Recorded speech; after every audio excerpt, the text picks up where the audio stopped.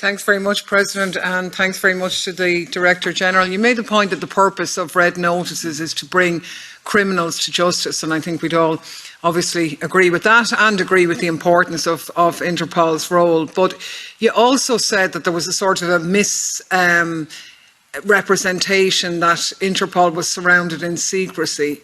I don't really accept that. Actually, the lack of transparency has been the subject of concern for a whole period in time now. And when I welcome the fact that you've published some facts in terms of rejections, they really are very generic, very global figures. There's not much detail. Do you not think that you could move to a situation where there'd be, for example, a country-by-country breakdown of the number of requests, a breakdown on the types of crimes and so on, that would actually give a much better understanding and be more transparent? Because you said that it shouldn't be, red notice shouldn't be political, but they are, and they notoriously have been the weapon of choice for states that wanted to chase political dissidents, journalists and so on. It's kind of what red notices were famous for. So I'd like to hear a bit more on how those abuses don't exist anymore, because while it's been, I suppose, popular to talk about how authoritarian states might misuse these notices, we shouldn't forget that our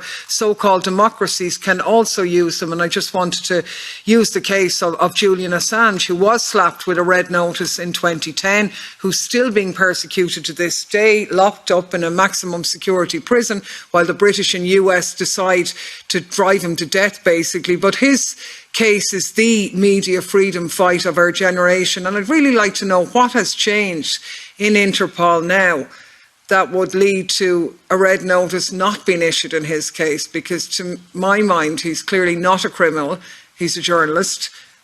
Why did that happen, and what's changed that would happen now? And you could maybe answer the question of my colleague as well in terms of access to redress for people whose data information was stored and so on as well. That would be useful. Thanks.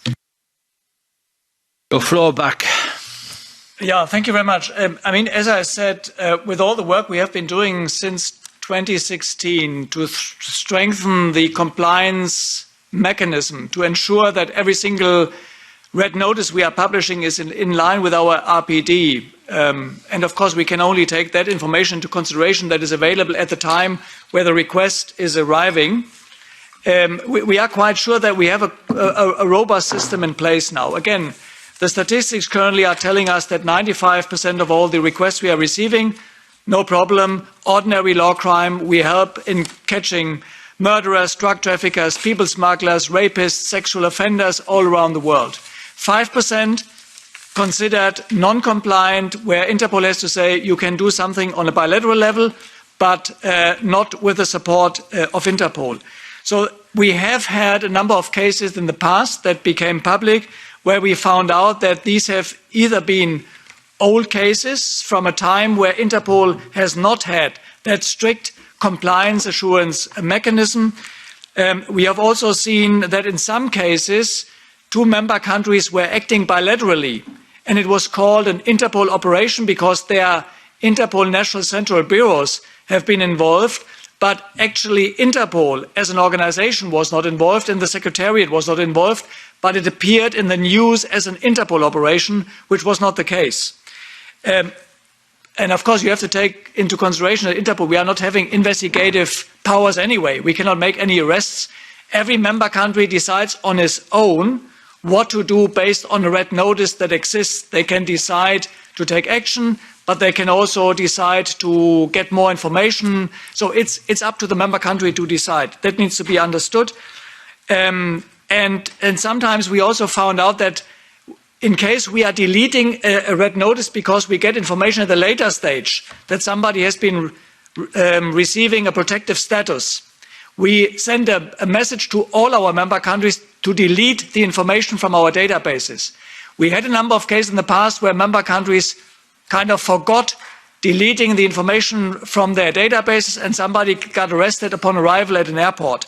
So again, something where our member countries have an important role to play to constantly update their information on their databases. And I've been explaining the multiple sources we are using to ensure compliance of data. And I think this is important and definitely a major step forward compared to maybe, I don't know, 10 years ago. the redress mechanism, the Commission for the Control of Interpol Files, that is also a mechanism that we have been strengthening simply in regards to resources and experience and skills that these lawyers and other experts need to have. Again, anyone who is subject of a red notice, or even in a kind of preemptive way, can approach the CCF to ask, is there any information concerning my person in Interpol systems, or can ask for a deletion of this information. It's an effective remedy. So when we have seen a number of national courts confirming that Interpol has an effective remedy in place. I hope that answers your question. Thank you. Thank you so much, Mr. Stock. It's been certainly a very sensitive and interesting exchange of views. Certainly it has helped us to get to know better Interpol,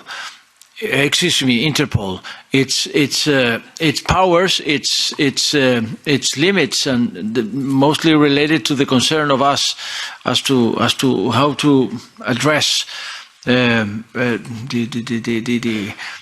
risk of abusing power. But we have covered the round of coordinators exceeding largely the timing that was allocated for this slot. More than 15 minutes now. If there's anyone else, because I am trying always to pay respect to the members attending, anyone else willing to shoot a very short question in less than 1 minute, so that there will be a final round for those who are not coordinators. Is it not the case? No one else? Okay, then that'll do, because we certainly exceeded our timing. It's been quite a fruitful experience. We thank Jürgen Stock, Secretary General of Interpol, and we thank all of his staff and team who have been willing to share with us some of their valuable time to get us to know better about their delivery. Thank you so much.